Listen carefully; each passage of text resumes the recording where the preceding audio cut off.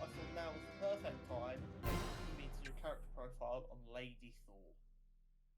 Yes. So that's our character profile this week. Oh, smooth transition. So I've tried to cut this down a lot because Lady Thor is Jane.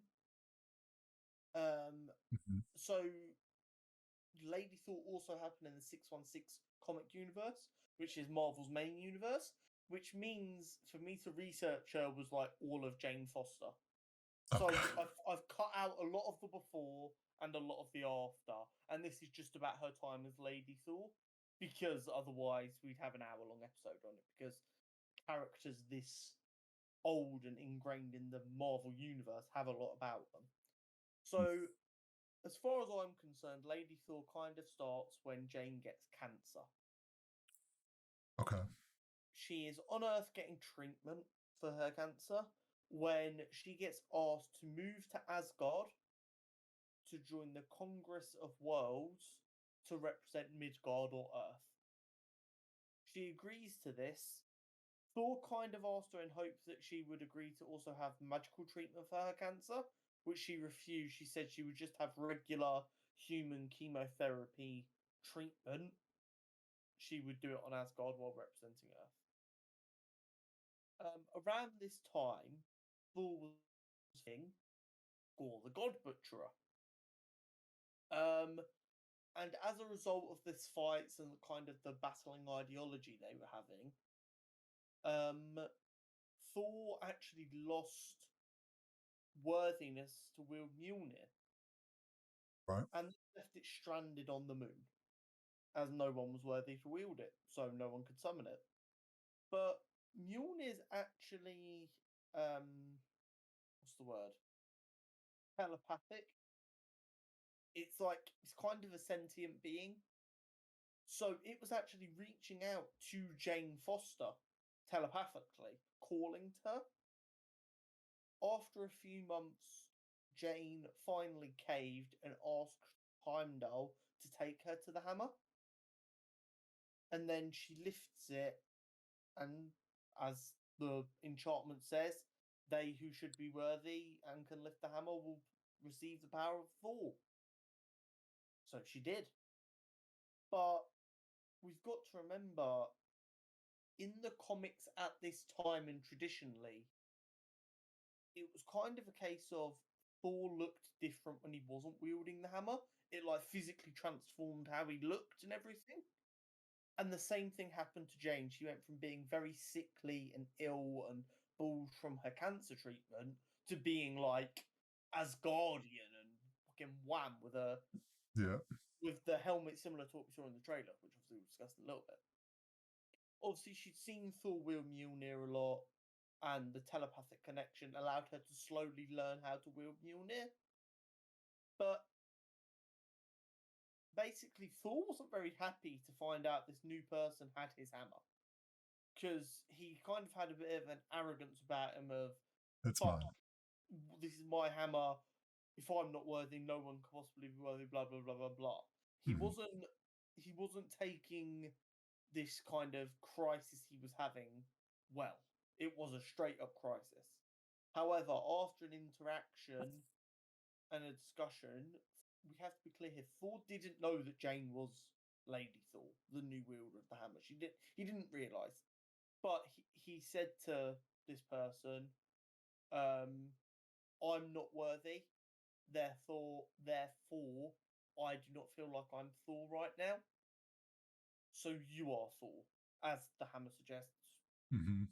Receive the power of Thor. It's not just a name, it's a title. She took on the title, which then led to Thor going simply by Odin's son for a while, which I think is a fucking kick-ass name. Yep.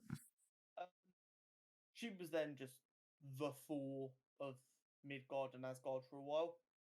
But essentially what happened was, when she was transforming,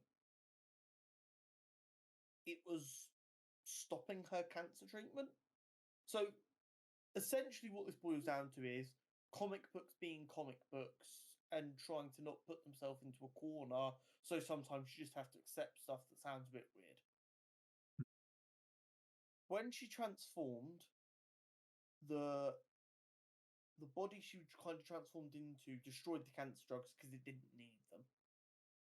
But when she transformed back, the cancer was still there, but the cancer drugs weren't, because the cancer was viewed as part of her, which meant her treatment wasn't doing anything to stop her cancer, and it was getting worse. Right. To the point where she was told if she transformed again, she would probably die. Oofed. So she had to give up being Thor. Right, okay. Odin's son then took over the mantle again and became Thor. Then, during the numerous secret wars, secret invasions, secret empire events, she helped out in different ways. Eventually, it got to a certain event, I cannot remember which one, where we needed all the firepower possible. And one of the shattered versions of Thor's hammers, there was like 9 Thors all working together. Mm-hmm. She then summoned some of the shattered remains of one of the Mjolnirs and used them to transform herself back into Lady Thor to help. Which obviously then meant everyone knew she had been Lady Thor previously. She helped them achieve their goal, and then as she transformed back, she was basically on the brink of death. And to save her, they don't really understand how. They basically turned her into an Asgardian Valkyrie, and made her like. So in the comics, again, the comic book lore, this might be the most confusing bit I've had to read. The Valkyries, while they are the soldiers of Asgard, are also who take the fallen Asgardian souls to Valhalla, which is their heaven.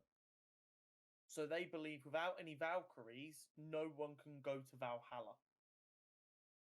All the Valkyries died as a result of this big battle. So there was no one to take Asgardians to Valhalla. So they needed a Queen Valkyrie to rebuild the Valkyries, essentially.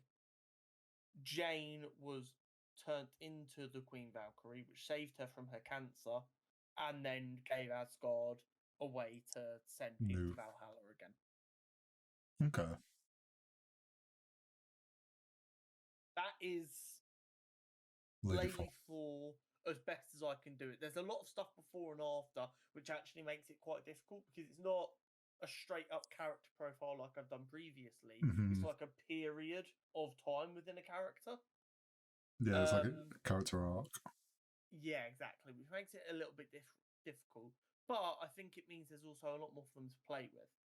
What I will say before we fully get into the trailer, when Valkyrie is sitting there in the suit in the trailer as King of Asgard, that I think could be our version of the Congress of Worlds.